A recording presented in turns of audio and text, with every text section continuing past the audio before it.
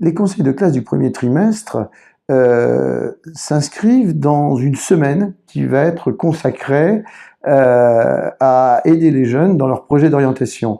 Il ne s'agit pas en réalité de recommandations directives, il s'agit essentiellement d'engager un dialogue avec le jeune, de l'amener à se questionner quant à ce qu'il est vraiment par rapport au projet qu'il est en train de construire et l'aider éventuellement à repenser son projet si les enseignants pensent qu'il n'est pas tout à fait cohérent avec les qualités demandées, éventuellement les compétences demandées dans la formation qui a été choisie, ou même par rapport à sa personnalité elle-même.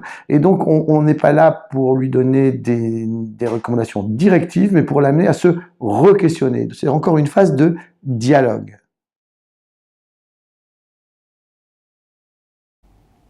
Eh bien, c'est globalement plus simple qu'auparavant, puisque il n'y a plus cette obligation de classement qui générait de multiples stratégies, spéculations pour espérer obtenir telle ou telle formation, voire parfois mettre en premier vœu, pas forcément celui qu'on voulait vraiment, parce qu'on pensait qu'on avait plus de chances comme ça d'avoir un vœu de secours. Enfin, il y avait plein de choses qui étaient un peu pernicieuses dans le système du classement. Tout ça disparaît. Alors c'est vrai que le jeune a un peu moins de vœux, puisqu'avant il pouvait aller jusqu'à 24 vœux, et que là il sera limité à 10, même si pour les filières de droit il y aura quelques vœux groupés probablement, ou d'autres filières que le droit d'ailleurs. Mais toutefois, la moyenne des vœux était chez les jeunes aux alentours de 7. Donc les limiter à 10 ne semble pas vraiment un frein. Et en plus, ça va peut-être quand même obliger le jeune à s'interroger sur ce qu'il veut vraiment. Parce que quand je peux mettre 24 vœux, je peux dire un peu tout et n'importe quoi. Là, je suis quand même obligé de dire voilà ce que je veux vraiment. Et ces fiches à venir vont être rédigées par le chef d'établissement après avis du conseil de classe. C'est-à-dire que c'est bien le chef d'établissement qui rédige, en tenant compte, bien sûr, de ce que le conseil de classe aura formulé en termes d'avis. Il y aura une fiche à venir par établissement souhaité par le jeune. Parce que quand on donne un avis d'orientation à un jeune, il faut tenir compte aussi de la structure qu'il souhaite intégrer.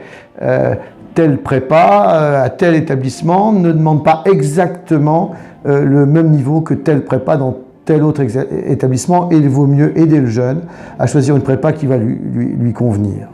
C'est vrai aussi pour un tas d'autres formations. Et donc cette fiche à venir va ensuite être transmise aux structures des vœux du jeune. Et c'est dans l'hypothèse où, notamment au niveau universitaire, il pourrait y avoir plus de demandes que de places, que, au lieu de tirer au sort, on ira regarder un peu quel est le profil du jeune, on consultera la fiche à venir envoyée par le chef d'établissement, et on construira un espèce de classement basé sur la motivation du jeune, parce que dans cette fiche, on évoquera sa motivation. Parfois, un jeune peut avoir des notes un peu moins bonnes, mais être plus motivé, et donc avec des capacités de progresser qui peuvent être plus importantes. Évidemment, sa capacité à travailler, à se prendre en main, à être autonome, parce que souvent ce qui va être attendu dans l'enseignement supérieur, c'est l'autonomie. Donc nous n'avons pas encore naturellement sous la main les formulaires de vœux, mais on sait que ça ira dans ce sens-là.